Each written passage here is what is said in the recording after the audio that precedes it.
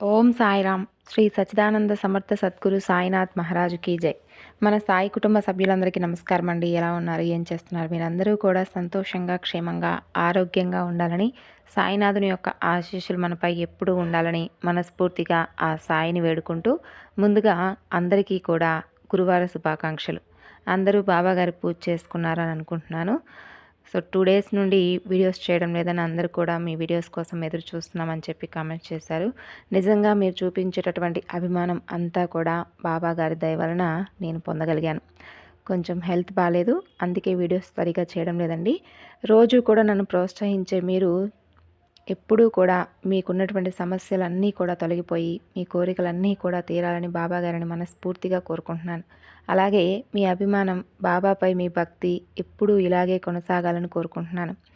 మనం మాట్లాడేది, మనం చెప్పేటటువంటి 4 మాటలు ఎదుటివారికి ధైర్యాన్ని ఇచ్చే విధంగా బాబా గారిపై ఇంకాస్త ఎక్కువ నమ్మకం కలిగించేలా చేస్తే చాలు. 100 మందిలో 10 మందికైనా సరే మన మాటలకు బాబా గారి సందేశంలా భావిస్తూ మనసును ప్రశాంతంగా ఉంచుకునేటటువంటి ప్రయత్నం చేస్తూ ఏది జరిగినా కూడా బాబా గారి దయ అని చెప్పి మనకు మనం ధైర్యం చెప్పుకునేలా ఉంటే చాలు.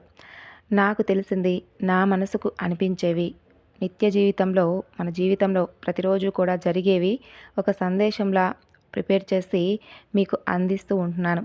వాటిని బాబా గారు చెబితే ఎలా అయితే మనం ఆనందించి ధైర్యాన్ని తెచ్చుకుంటామో అలాగే భావించి నేను అందిస్తున్నటువంటి బాబా గారి సందేశాలకు మీ ప్రోత్సాహం కూడా చాలా గొప్పది. మీ ప్రోత్సాహం ఎప్పుడూ కూడా ఇలాగే ఉండాలని, మీరు ఏ సమస్యలతో బాధలతో ఉంటున్నారో అవన్నీ కూడా బాబా గారు ఏదో ఒక రూపంలో తప్పకుండా నివారిస్తారు. ఆయన్ను దృఢమైనటువంటి విశ్వాసంతో, నమ్మకంతో మనం ఎన్ని కష్టాలు ఎదురైనా సరే వాటికి లొంగకుండా కేవలం సాయికి మాత్రమే లొంగిపోదాం. తప్పకుండా ఏదో ఒక రోజంటూ మనకు అంటే ఒక రోజంటూ ముందే కేటాయించి సిద్ధంగా ఉంచుతాడు. కాబట్టి ఆ సమయం వచ్చినప్పుడు మనం ఎంత వద్దు అని అనుకున్నా కూడా అది ఎలా అయినా సరే ఏదో ఒక రూపంలో మన దరికి చేరుస్తాడు. అంతవరకు మనం చేయవలసింది శ్రద్ధ సబూరితో ఎదురు చూడటమే. కొన్నిసార్లు కష్టం బాగా మితిమీరినప్పుడు ఆయన మనల్ని తీవ్రంగా పరీక్షిస్తూ ఉంటాడు అని తెలుసుకోవాలి.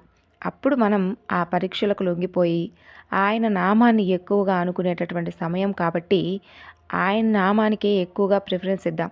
కేవలం కష్టాలను ఎక్కువగా స్మరించుకుంటూ ఉన్నామనుకోండి, వాటి గురించే ఎక్కువగా ఆలోచించడం వలన ఏమవుతుందంటే మనకు మన మనశ్శాంతిని దూరం చేసుకుంటూ ఇంకా ఎక్కువగా భయాందోళనలకు గురి చేసేలా ఆ కష్టాలు, ఆ సమస్యలు మనల్ని ఇంకా ఎక్కువగా భయపెట్టాలి అని చూస్తూ ఉంటాయి.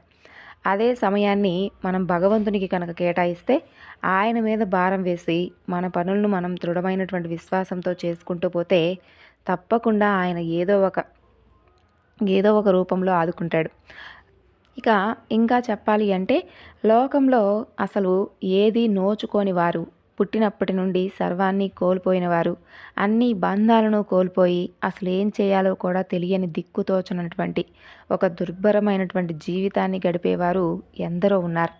కాబట్టి వారి కష్టం ముందు మన కష్టం ఏ పాటిది అని మనల్ని మనమే మోటివేట్ చేసుకుంటూ ఉండాలి. కష్టాలు లేని జీవితం ఈ సృష్టిలో ఏ జీవికి ఉండదు. అలాగే వాటిని మన జీవితంలో శాశ్వతంగా ఉంచి అది చూసి ఆనందించేటటువంటి పక్షపాతం ఏ భగవంతునికి ఉండదు. ఆయన కూడా మనల్ని అన్నింటికీ రక్షగా ఉండి కాపాడుతున్నాడు కాబట్టే మనకు వచ్చేటటువంటి పెద్ద పెద్ద కష్టాలను సైతం వాటిని చిన్న కష్టంగా మన ముందు ఉంచుతున్నాడు. కాబట్టే మన జీవితంలో మనం ఇంకా ఏదైనా కానీ సాధించగలం.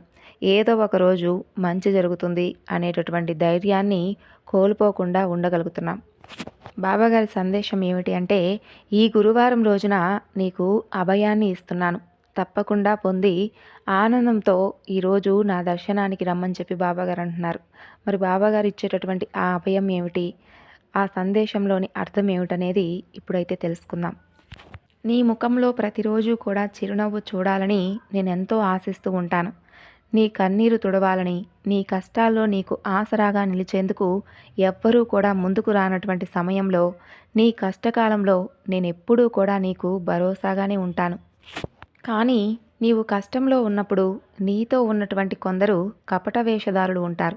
వారు నీ నుండి పారిపోవాలని చూస్తూ ఉంటారు. కానీ నీవు ఏ స్థితిలో ఉన్నా నీ తండ్రి నీవు నమ్మినటువంటి నీ గురువు, నీ సాయి మాత్రమే నీకు సహాయంగా, తోడుగా నిల్చొని ఉంటాడు. కష్టకాలంలో తన బిడ్డలను ఎప్పుడూ కూడా ఒంటరిగా విడిచిపెట్టడు నీ సాయి.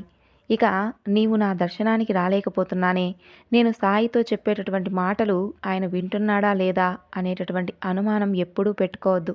నేను నీతోనే ఉంటున్నాను కదా, నీవు నమ్మితే అలా ఎప్పుడూ ఆలోచించవు, అలాగే బాధపడవు. నీ గురించి నాకు తెలియదా? ఎక్కడ నీ పలుకులు, నీ ప్రార్థన నాకు వినిపిస్తుంది అని నీకు నీవే నీ మనసులో నీ బాధను నువ్వు అనుభవిస్తూ కనీసం పైకి కూడా చెప్పుకోలేకపోతున్నావు. బాబా, నేను ఇంత బాధపడుతున్నాను, మనసులో ఉన్నటువంటి ప్రతి మాట కూడా నీకు అర్థమవుతాయి అని నువ్వే చెప్పావు కదా, మరి నేను మనసులో ఇంత బాధపడుతున్నాను కదా, నీకు వినిపించడం లేదా, కనిపించడం లేదా అని నీవు అడగవచ్చు. నేను ఎక్కడికి పోయాననుకుంటున్నావు? నేను నీలోనే ఉంటున్నాను. నీవు బాధలో ఉంటే నేను నీలో ఉండి ఆ బాధను నేను భరిస్తున్నాను కాబట్టే నీకు నేను కనిపించకుండా నీలో దాగి ఉంటున్నాను. కొంచెం ఓపిక పట్టు. నీ కష్టమైనటువంటి రోజులు కూడా గడిచిపోతున్నాయి. ఈరోజు నిన్ను కష్ట సమయంలో విడిచిపెట్టిన వారందరూ కూడా రేపు మరలా నీ వైపే చూస్తారు. ప్రతి దశ, అది మంచిదైనా చెడైనా, జీవితంలో భాగమే. ప్రతి పరిస్థితి భగవంతుని ప్రణాళిక ప్రకారమే జరుగుతుంది. ఆయన ఎప్పుడూ కూడా మిమ్మల్ని నిరాశకు గురి చేయడు. మంచి సంకల్పంతో ఒక పనిని ప్రారంభించావు, కాకపోతే కొన్ని అవాంతరాల వలన కొన్ని ఆటంకాలు ఏర్పడుతూ ఉంటున్నాయి. అదే సమయంలో నీవు నమ్మిన వారు సైతం నిన్ను విడిచిపెట్టి వెళ్ళిపోయారు. ఆ బాధ ఇంకా ఎక్కువగా తీవ్రంగా ఉంది.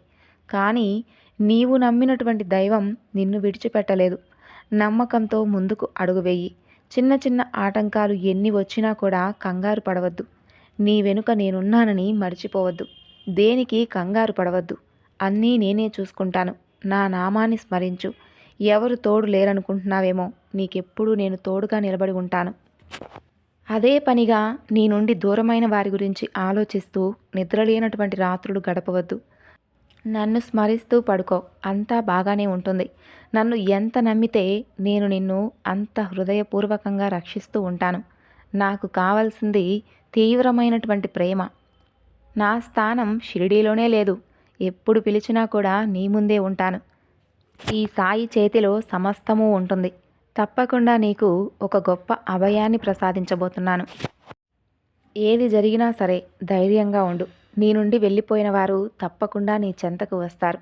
వారు కూడా నీ గురించి పూర్తిగా అర్థం చేసుకుంటారు. ఇన్ని రోజులు కూడా నీవు ఎన్నైతే బాధలు పడ్డావో ఆ బాధలన్నిటికీ కూడా ఒక గొప్ప అదృష్ట ఫలాన్ని పొందుతావు. ఎవరు నీ చెంతకు తిరిగి వచ్చినా సరే అందరితో కలిసి ఉండు, కానీ వారిలో కొందరితో మాత్రం జాగ్రత్తగా ఉండు. ఇదే నేను నీకు చెబుతున్నటువంటి గొప్ప మాట. నీవు నీ కుటుంబంతో ఎక్కువగా గడుపుతూ ఉండు. వారితో ఎక్కువ సంతోషంగా గడిపేందుకు సమయాన్ని కేటాయించు. ఇక కంగారు వదిలిపెట్టి ప్రశాంతమైనటువంటి మనసుతో ఉండు. అన్నీ జరగవలసినటువంటి సమయానికి తప్పకుండా జరుగుతాయి. ఒక గొప్ప శుభవార్త వింటావు. ఏదీ కూడా ఆగమన్నా ఆగేది కాదు. కాలం ఎప్పుడూ కూడా తన పనిని తాను నిర్వహిస్తూ వెళ్ళవలసిందే కదా. నీ చుట్టూ ఉన్న వారందరికీ కూడా నీ గొప్పతనం, నీ మంచితనం తెలిసేటటువంటి రోజు తప్పకుండా రాబోతుంది. నీలోనే నేను ఉన్నాను. నీవు చూడలేక బాధపడుతున్నావంతే. నేను ఎక్కడో ఉంటానని భ్రమలు వదిలివేశాయి.